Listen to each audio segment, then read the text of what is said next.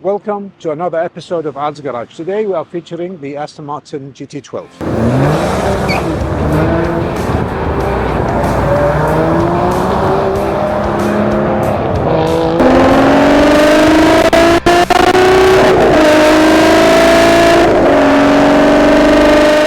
2015 GT12. Aston Martin decided to end the Vantage series, and of course they wanted to end it with a big bang. So it's like the final hurrah to the Vantage series. They came up with the GT12, the bigger brother of the GT8. It's a limited run of 100 cars. They only made 100 of these cars. They made this car extremely lighter than the V12S model. They made it almost 100 kilograms lighter. They stripped the car, so the car is almost like all carbon fiber and Alcantara. They've modified the aerodynamics on the car. They modified the suspension, becoming adaptive damping. So performance-wise on this car compared to the V12S, they both have V12 engines. The V12S is still a little bit faster. This car goes to a maximum speed of 185, 190 miles per hour, as opposed to the 210 on the V12S, from 0 to 60 in 3.5 seconds. The reason that this is a bit slower is because of the aerodynamics. The downforce in this car is basically amazing. The Aston Martin added a lot of elements. They've extended the front splitter, modified the diffuser, the back diffuser. They've had these widened arch wheels and that huge wing at the back. To balance the downforce, at 160 kilometers per hour, the downforce increases 7-fold. And it's balanced between the extended front splitter and the rear wing to hunker that car down when it's going at a fast speed. Under the hood, and of course that glorious 6-liter V12 engine, absolutely gorgeous. So this is our test drive in the legendary GT12, Aston Martin GT12.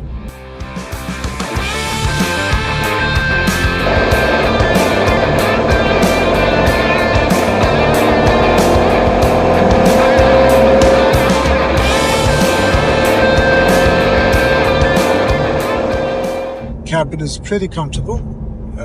As you can see, Alcantara,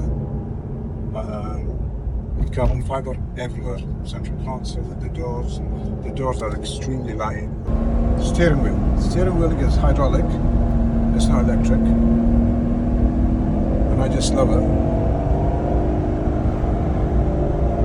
We have the dynamic stability system off, and it's on track mode, so now the car is like really driftable.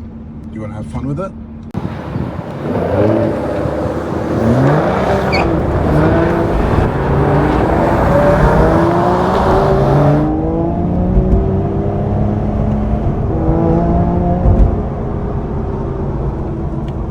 Like I said, this car is pretty driftable. God, I miss the drifting days, I need to have more time to go back to drifting. But this is like a really sensational car. Got a history about this car. Back in the days, 12 years ago, when Aston Martin decided to pay homage to the Vantage series, they said they wanted to make a road car that is also track focused.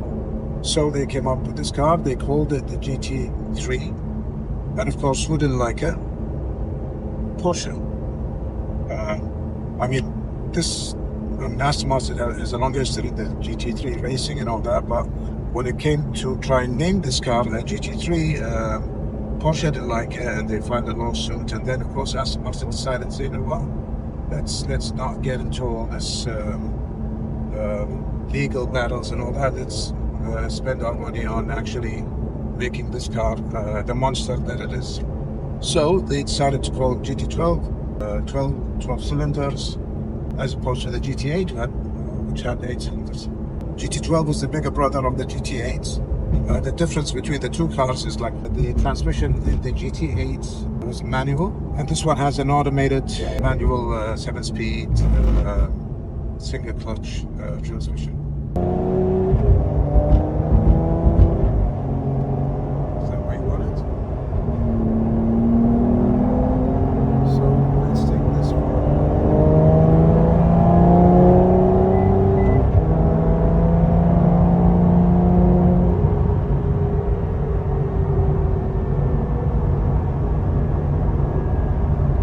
one thing about this car, the one thing that stands the most about this car is the noise. The noise the engine makes, the exhaust makes. I mean, it's angry, nasty, spiky,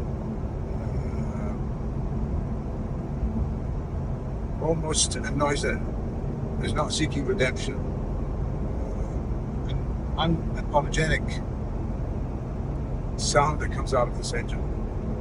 Absolutely amazing.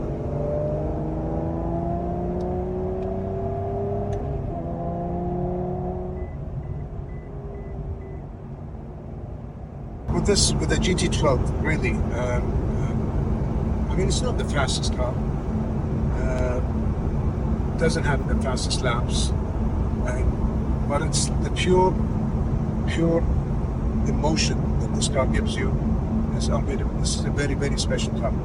I mean, the point of debate here in this GT12 is basically the single clutch transmission.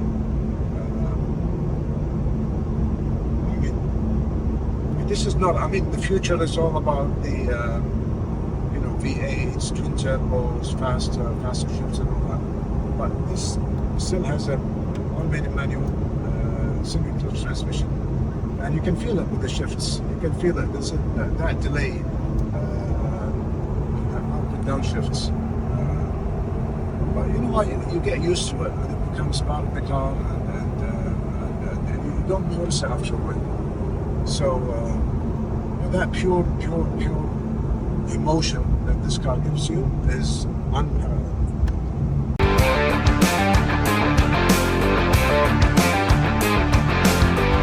Coming to the end of this episode, what do I think about this car? I mean, now and then when I drive this car, I get reminded of why I fell in love with Aston Martin engineering in the first place. I don't drive this car often, but when I drive it, it's a pure pleasure.